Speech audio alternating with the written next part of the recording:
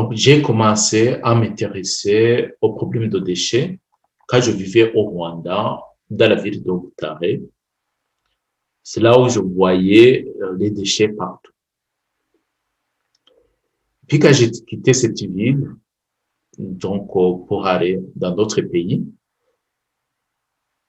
et comme par exemple dans la ville de Bukavu, en République démocratique du Congo, et dans la ville de Lusaka, en Zambie, dans la ville de Mombasa et dans la ville de Nairobi, au Kenya, partout, c'était pareil. Il y avait partout les mauvaises odeurs, il y avait la saleté, il y avait les mouches et les moustiques. Les eaux des rivières étaient trop sales. Presque partout, ces villes sont entourées par des murailles de dépotoirs composées de toutes sortes de déchets. Et que faut-il faire avec tous ces déchets? Que ce soit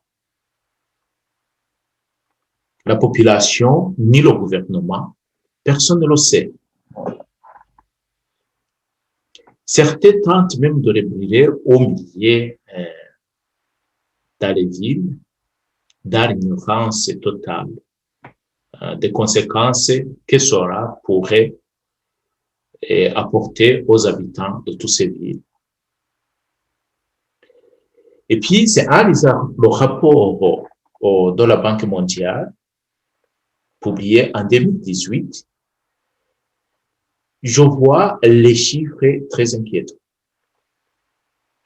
Donc, l'Afrique doit faire face à un triplement de la masse de déchets avec plus de 516 millions de tonnes en 2050 contre 174 millions de tonnes aujourd'hui.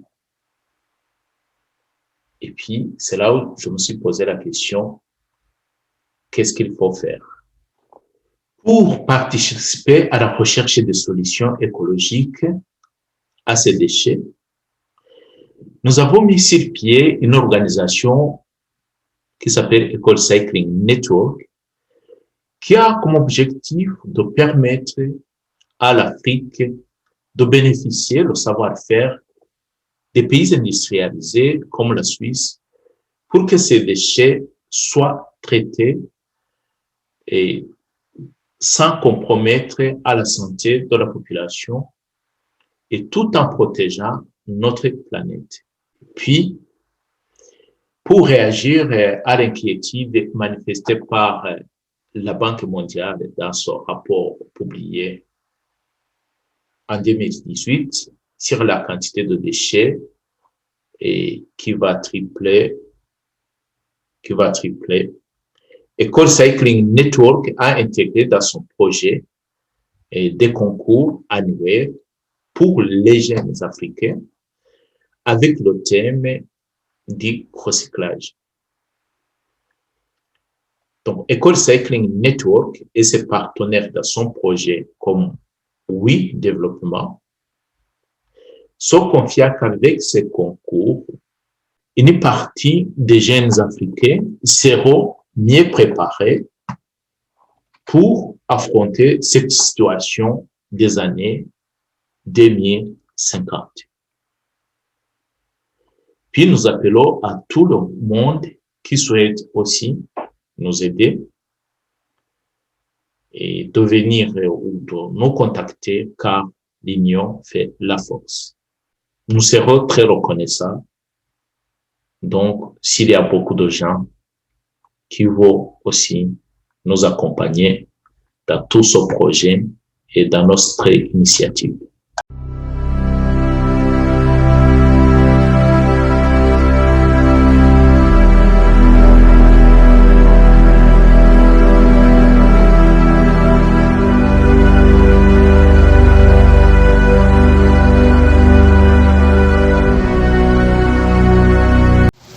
Oui Développement est une association sans but lucratif qui s'active principalement dans des secteurs divers comme le développement communautaire intégré, le renforcement des capacités des associations villageoises, la protection de l'environnement par la collecte, le triage des déchets afin d'assainir les zones habitables. Après, le mot du représentant de l'association qui va vous être présenté par Monsieur Jean-Chrysostome Ngendahayo, vous allez écouter d'autres personnalités qui ont accepté de nous partager leurs expériences. Certaines de ces personnalités montrent que l'Afrique peut y arriver à surmonter ce défi, alors que d'autres disent que c'est difficile. Mais nous, nos organisations, nous sommes optimistes parce que la plupart des jeunes sont déjà à l'œuvre pour surmonter ce défi du millénaire. Moi, c'est Guérin Ahimana, responsable de Oui Développement, qui vous présentait cette introduction. Veuillez écouter nos personnalités qui nous partagent leurs expériences. Je vous remercie.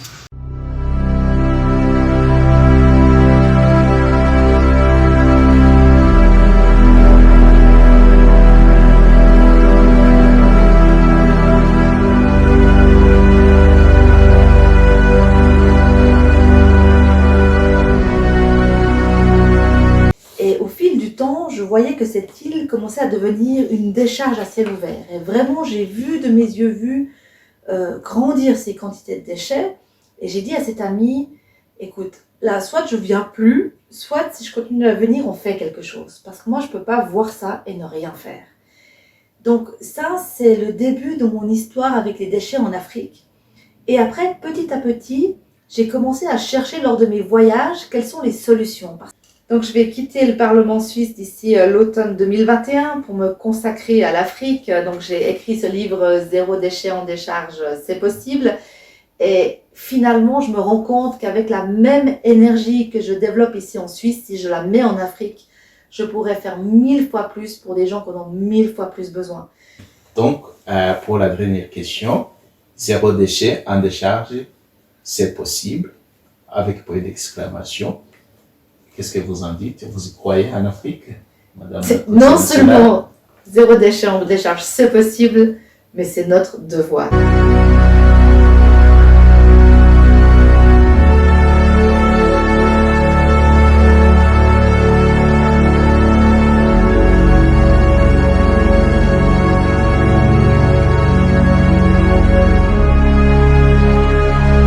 Et tous les pays en Asie, en Afrique font une grande erreur en pensant que la pollution, c'est le prix qu'il faut payer pour une prospérité économique. C'est pas vrai et on va payer un beaucoup plus haut prix si on ne paye pas attention à l'environnement.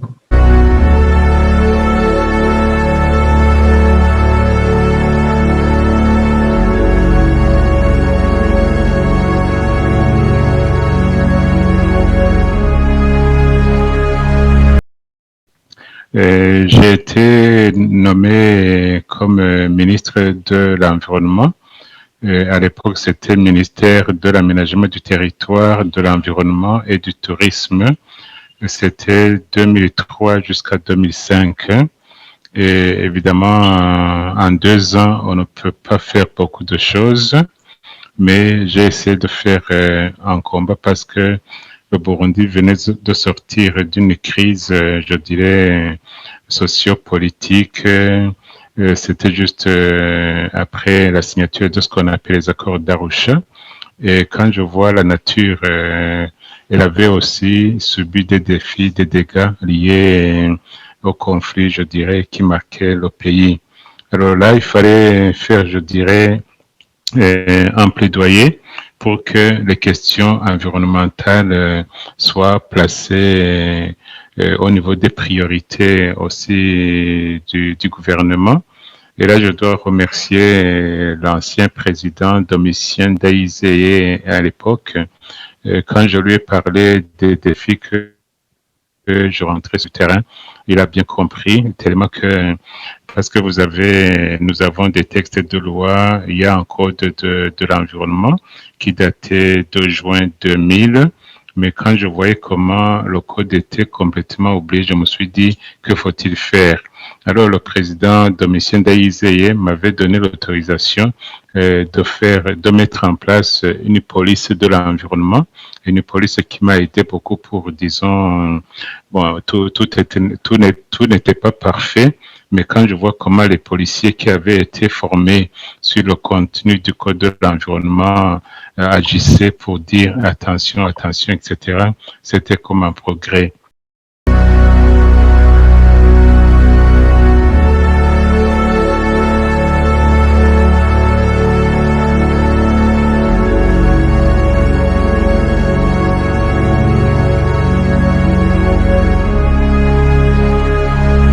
Il y a aussi beaucoup d'autres solutions faciles comme les boîtes de cuisson solaire qui utilisent une énergie solaire. L'Afrique a plus d'énergie solaire qu'il faut profiter.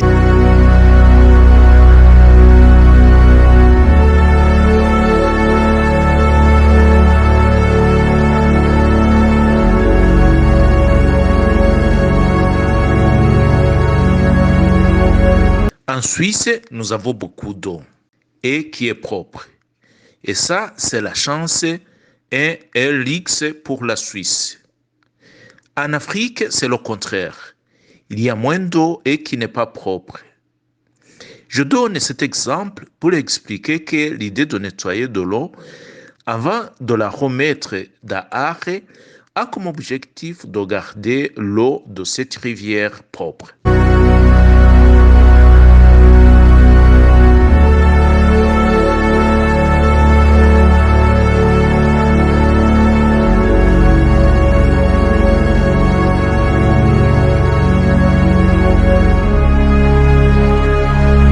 Working with oil, with plant oil, is used cooking oil actually, is called used cooking oil, and I refresh this oil.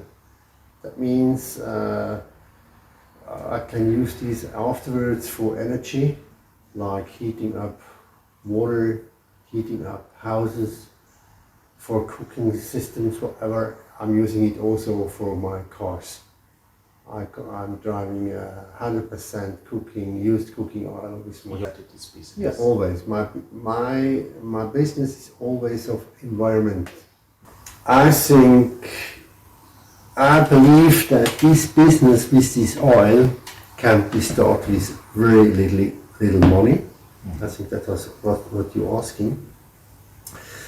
And we don't need, for example, Kenya or a big city around. It is CO2 neutral. If it's something going into the earth, doesn't happen to anything. It just goes away because it's biological stuff. And I think it's a good thing to have. And I think it's a good thing to have an easy energy.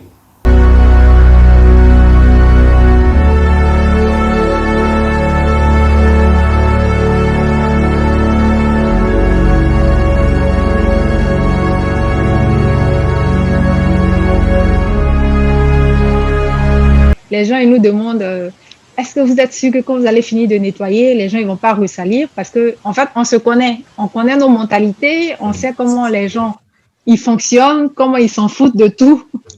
Donc ça me fait rigoler moi-même parce que c'est l'une des problématiques très compliquées à laquelle on fait face. Parce que il y a eu plusieurs sites où on est allé nettoyer et 2 jours après, le site, il était repollué, il était recolonisé, ça revenait sale comme ça était. Par contre, il est arrivé des fois où les sites qu'on a nettoyés, ils sont restés propres jusqu'à aujourd'hui. Par contre, il y a des sites, franchement, c'est compliqué et ça dépend des quartiers. Il y a des quartiers où c'est vraiment, vraiment difficile parce que les gens, ils sont habitués à la saleté. Ils sont pas dérangés. Pour la majorité des populations en Côte d'Ivoire, en Afrique en général, je ne sais pas si je peux me permettre de le dire, c'est malheureux, mais les gens, ils s'accommodent à la saleté. Pour eux, c'est normal en fait. il est là, il y a un dépotoir qui est juste à côté, il peut manger là, il vit là, ça ne le dérange pas du tout. Donc, quand nous, on vient et qu'on nettoie, ils trouvent que c'est bien, c'est beau, ils vont même nous aider à nettoyer. Mais après, les mauvaises habitudes, elles reviennent parce qu'ils vont recoloniser, ça va redevenir un dépotoir, donc c'est très compliqué. Et au jour d'aujourd'hui, c'est l'une des problématiques auxquelles on fait face. C'est d'ailleurs la raison pour laquelle on a décidé de se focaliser sur les enfants dans les écoles primaires. Parce qu'on estime que les adultes, arrivés à un certain niveau dans leur vie, c'est compliqué de changer les habitudes parce que ça devient naturel chez eux de salir.